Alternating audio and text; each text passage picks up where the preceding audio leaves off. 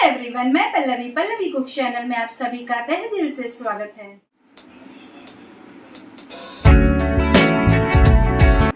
तो आज हम नवरात्रि के व्रत के लिए या फिर साल भर आने वाले किसी भी व्रत के लिए बहुत ही टेस्टी ऐसे गुलाब जाम बनाने वाले हैं।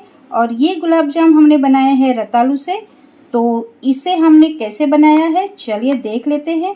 और ये बहुत ही टेस्टी और जूसी बनते हैं। और देखिए आप, बहुत ही सुंदर हमारे ये गुलाब जाम बने हैं। तो चलिए फिर देख लेते हैं हमने इसे कैसे बनाया है। तो रतालू के गुलाब जाम बनाने के लिए हमने यहाँ पर आधा किलो रतालू लिए हैं। इसे शकरकंदी और स्वीट पोटैटो भी कहा जाता है।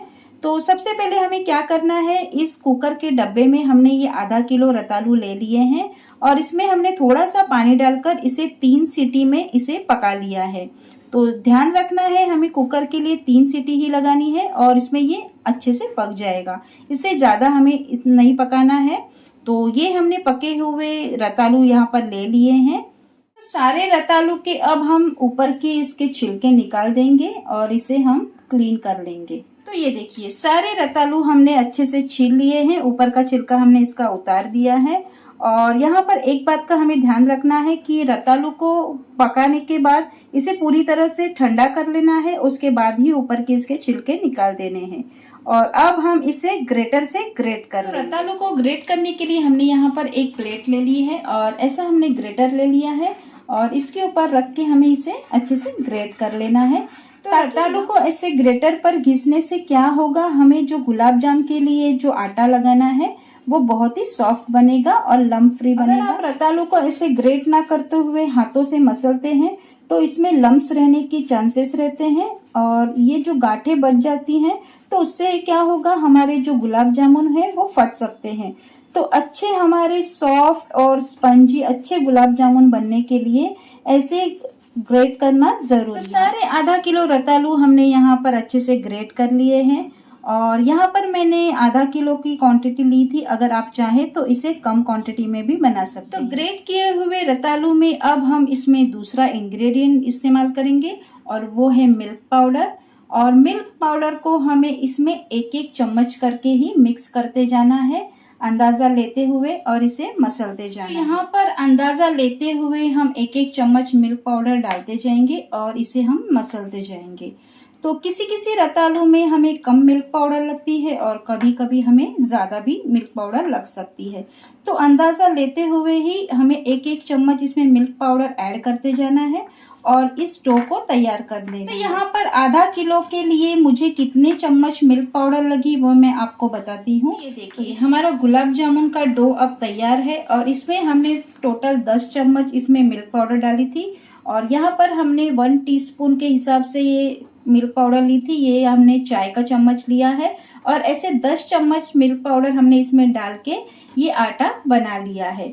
और अब आखिर में इसमें 1 चम्मच हम घी डाल देंगे और इसे हम थोड़ा सा फिर से मिक्स कर लेंगे और इसे हमें ढककर 5 मिनट रेस्ट करने के लिए रख देना है। तो ये देखिए, 1 चम्मच घी डालकर हमने सारे आटे को मसल लिया है और यहाँ पर हमारा ये जो आटा बहुत ही सॉफ्ट बना है। तो एक बात का हमें ध्यान रखना है, इसमें ज़्यादा मिल्क पाउडर हमें नहीं डालना है, वरना हमारे जो गुलाब जामुन है वो काफ़ी सख्त बन सकते हैं। तो हमें सॉफ्ट गुलाब जामुन बनाने हैं।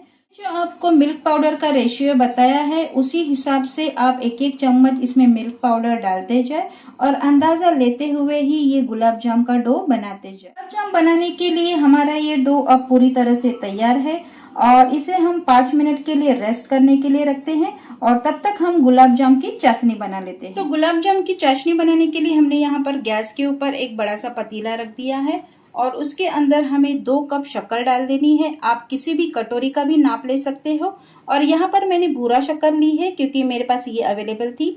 अगर आपके पास व्हाइट वाली शुगर है तो वो आप इस्तेमाल कर सकते हो। पतीले में हमने 2 कप शक्कर डाल दी है और उसी हिसाब से हमें पानी लेना है। तो 2 कप शक्कर के लिए हम 2 कप पानी डाल देंगे। अगर आप कटोरी के नाप से शक्कर लेते हो तो आपको 2 कटोरी ही पानी लेना है। तो यहाँ पर 2 कप हमने पानी डाल दिया। गैस की आंच को हमें लो टू मीडियम पर ही रखना है और इसके बाद हम इसमें 1 चम्मच इलायची का पाउडर डाल देंगे स्वाद के लिए। इससे हमारे गुलाब जामुनों में बहुत ही अच्छा स्वाद आएगा। इसके बाद यहाँ पर मैंने 7-8 केसर के धागे लिए हैं इसमें डालने के लिए। अगर आपके पास वो है तो आप डालें, वरना इसे स्किप कर दें। लेकिन केसर के धागों से बहुत ही अच्छा स्वाद भी आता है। हमें इस इलायची पाउडर को और शक्कर को अच्छे से मिक्स कर लेना है और इसमें एक उबाल आने तक का इंतजार करना है। और इस बात का हमें ध्यान रखना है कि इसमें हमें एक तार की चाशनी नहीं बनानी है। बस थोड़ा सा चिपचिपा हमारा ये जो मिश्रण है वो बन जाए और बस फिर हमारी ये चाशनी तैयार है गुलाब जामुन के लिए। तो चलिए फिर इसमें एक उबाल आने देते हैं। हमारे इस मिश्रण में अब अच्छे से उबाल आ चुका है। इसके बाद हमें फ्लेम को हाई कर देना है गैस की और इसमें अच्छे से उबाल और लाना है और 3-4 मिनट तक हमें इसे पकाते हुए ऐसे इसकी चाशनी बना लेनी है। तो चाशनी को पकते हुए 3-4 मिनट हो चुके हैं। हाई फ्लेम पे हमने ये चाशनी बना ली है और अब हम चेक करते हैं ये चिपचिपी बनी है या नहीं। तो ऐसे हाथों से हम चेक करेंगे तो ये थोड़ी सी चिपचिपी बनी है। तो बस इसी स्टेज पे हमें गैस को बंद कर देना है। हमें इसका एक तार का पाक नहीं बनाना है। चाशनी को हमने ढक दिया है और अब हमने ये जो डो रखा था रेस्ट होने के लिए उसकी तरफ चलते हैं। तो इसे थोड़ा सा फिर से हम मसल लेते हैं और इसके हमें छोटे छोटे से नींबू के साइज के बॉल बना लेने हैं और उसके बाद हमें इसे फ्राई करना है। तो इसे हम थोड़ा थोड़ा सा लेके इसके नींबू के साइज का हम बॉल बना लेंगे।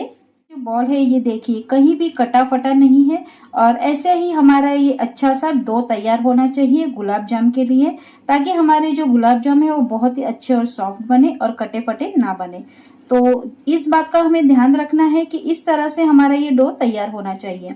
तो ऐसे ही हम नींबू के साइज के सारे बॉल बना लेंगे और उसके बाद में हमें इसे फ्राई कर लेने हैं। सारे गुलाब जामुन के बॉल हमने रेडी कर लिए हैं और अब हमें इसे फ्राई करना है।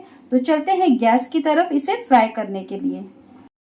गुलाब जामुन को फ्राई करने के लिए मैंने यहाँ पर गैस के ऊपर एक कढ़ाई रख दी है और उसमें मैंने घी गर्म होने के लिए रख दिया है।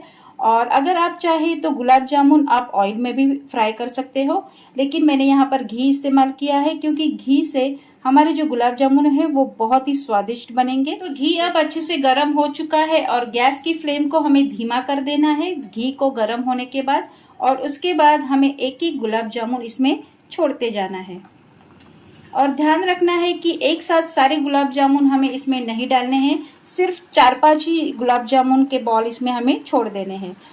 तो गुलाब जामुन को घी में छोड़ देने के बाद हमें इसे हिलाना नहीं है, इसे हमें ऐसे ही 2 मिनट तक रखना है और जैसे जैसे ये नीचे से पकते जाएंगे वैसे वैसे अपने आप ये थोड़े थोड़े छूटते जाएंगे, या फिर चम्मच से हम धीरे धीरे इसे हिलाकर छुड़ा सकते हैं। लेकिन अगर हम गुलाब जामुन घी में डालने के बाद तुरंत इसे हिलाते हैं तो ये टूटने के चांसेस रहते हैं। 2 मिनट के बाद अब हमें इसे नीचे से धीरे धीरे छुड़ा लेना है, इसे जोर से नहीं हिलाना है वरना ये टूट सकते हैं।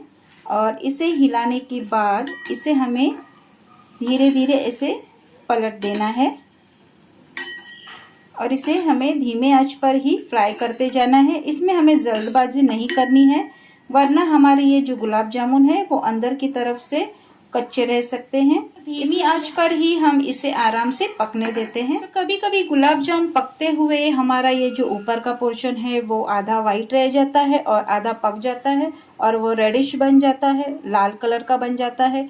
तो ऐसे में क्या करें, हमें ये जो ऊपर का वाइट वाला पोर्शन है उसे नीचे की तरफ ढकेल देना है और उसे फ्राई करते रहना। गुलाब जामुन हमें एक तरीके से लाल होने तक धीरे धीरे फ्राई कर लेने हैं। इस तरह से आप सारे गुलाब जामुन फ्राई कर लीजिए तो आपके जो गुलाब जामुन है वो आधे वाइट और आधे लाल कलर के नहीं बने। सारे गुलाब जामुन हमारे ऐसे एक सरीके कलर में बन जाएंगे। तो ये देखिए ये गुलाब जामुन भी हमारे अब अच्छे से फ्राई हो चुके हैं और इसे हम साइड में निकाल लेते हैं और ऐसे ही हम बाकी के बचे हुए जो गुलाब जामुन के बॉल है वो फ्राई कर लेते हैं। सारे गुलाब जामुन अब फ्राई करके तैयार है और अब हमें इसे चाशनी में डाल देना है। हमने जो गुलाब जामुन के लिए चाशनी बना के रखी थी उसे हमने फिर से गर्म कर लिया है, क्योंकि गुलाब जामुन को हमें गर्म चाशनी में ही डालना है ताकि हमारे ये जो गुलाब जामुन है वो बहुत ही अच्छे से एब्जॉर्ब हो जाए और सॉफ्ट बन जाए।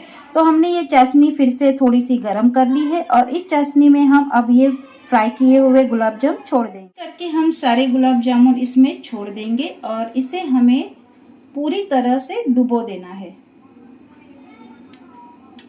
गुलाब जामुन हमने इस चाशनी में डुबो दिए हैं और अब हमें इसे ढक के एक साइड रख देना है 1 घंटे के लिए। उसके बाद में 1 घंटे के बाद हम इसे सर्व करेंगे। तो लीजिए, तैयार है हमारे रतालू के गुलाब जाम। इसे आप किसी भी व्रत में या ऐसे भी बना के खा सकते हो और झटपट बनते हैं और बहुत ही जूसी और बहुत ही सुंदर हमारे ये टेस्टी टेस्टी गुलाब जाम बनते हैं। तो ये गुलाब जाम हमने 1 घंटे के लिए सोख होने के लिए चाशनी में रख दिए थे और बहुत ही अच्छे से ये जूसी बने हैं और इसे हमने पिस्ता के साथ गार्निश किया है। तो आप भी ये रेसिपी ज़रूर ट्राई करें और मुझे कमेंट में बताएं आपकी ये रेसिपी कैसी बनी। तो मिलते हैं अगले नेक्स्ट वीडियो में। तब तक के लिए always stay healthy and stay safe.